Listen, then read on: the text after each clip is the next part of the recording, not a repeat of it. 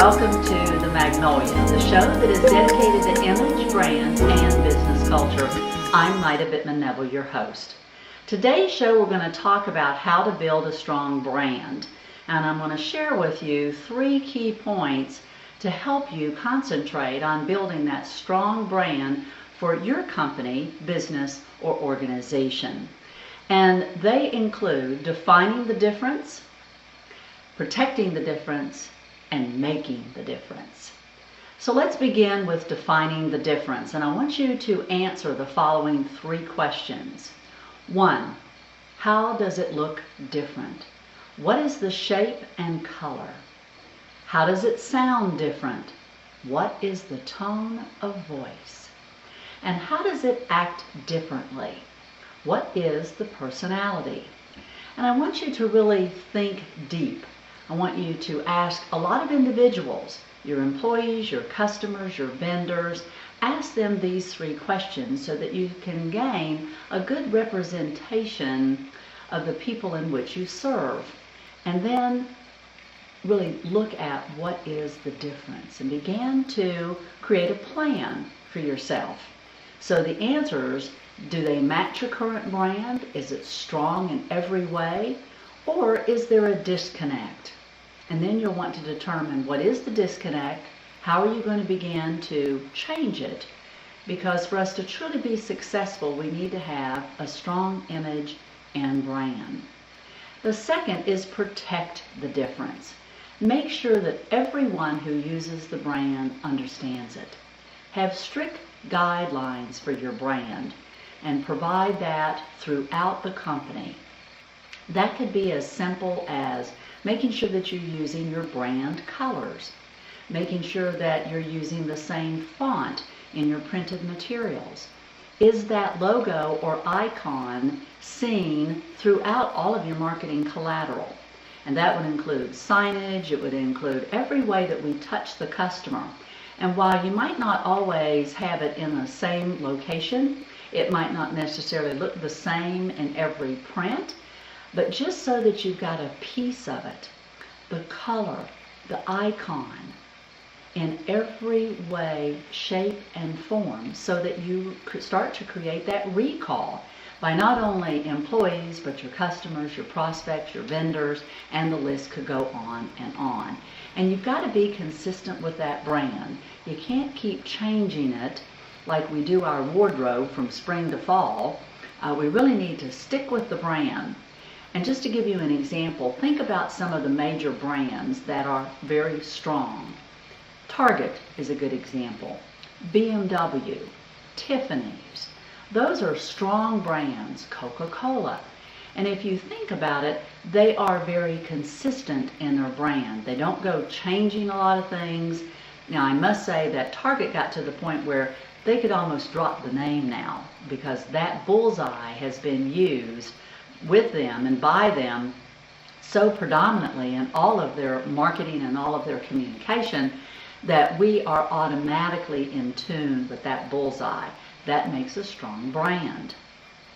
And I mean, everyone in your company should be able to recite what is your brand. They need to be able to tell it to other people. You know, is your brand very conservative because maybe you're a law firm? Are you very eclectic? Maybe you're an interior designer. Maybe you are a marketing and communication consultant. So you've got to think about how you're going to be able to recite, if you will, the brand. Why should somebody do business with us? What makes us different? And then the last is making the difference. Use the brand, as I said, in every part of your business and make your people quite proud of the brand. And make your customers truly love every experience of the brand. And we know that it's not just our marketing material, our facilities, our product, our service, it's our people, isn't it? You know, that really is where we need to start, because if your employees know it, understand it, love it, and can recite it, then they get other people quite excited about your brand. And that's what you want. You want your customers to be cheerleaders for you. So how do you do that? You gain feedback on a continual basis. And that's both internally and externally. And you might even, depending upon the size of your company or organization, select a small group of employees representing all of your functional areas and have them come together on a periodic basis. Let them serve, as I always say, your eyes, your ears, your heart, and your soul, and let them help you to find out how strong is that brand. Can our employees recite it? And you can do a lot of activities, a lot of games, a lot of contests, these types of things to really keep the brand alive. It's no different than anything else. Brands need to be cultivated.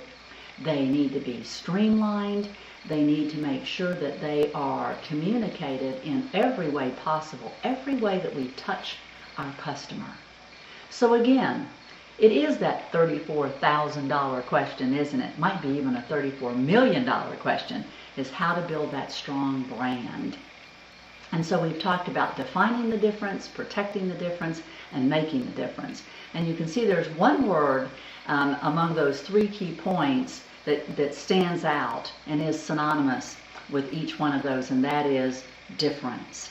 So we've got to identify, what is my difference? What's the difference in my company from my competitors? And we constantly need to make sure that we're focusing on what is the difference. Make it consistent with your brand, share it day in and day out, and this will help you to be successful in your company, business, or organization. So I hope that you have enjoyed the program based on image, brand, and business culture, with today's focus being on how to build a strong brand. If you would like to share this information with others, maybe make it part of your next staff meeting, asking people, how are we going to answer these questions? How are we going to strengthen our brand? And so you can go to nydaspeaks.com. That's nydaspeaks.com. Go to my blog. And just like the Magnolia, we have a new show on the first Friday of every month. So do we have that match on nydaspeaks.com in my blog, so that you can have it in a printed format as well. If there's anything that you would like for me to talk about or address, I'd love to just go ahead and go to themagnolia.tv, contact us, and I'll be glad to put that on the agenda for future topics. So until next time, oh, and by the way, I'm going to do a special Magnolia just later on this month, and it's going to talk about the fall colors for wardrobes. And yes, that fall color can be used both by individuals and by businesses, and I've got a couple of tips for that. So be watching for a special edition a little later on this month on the Magnolia. And if you miss it, that's okay. Of course, all my shows are archived, so you can go out there and look. But until then, you've been watching the Magnolia. I'm Nyda Bittmann-Neville, your host.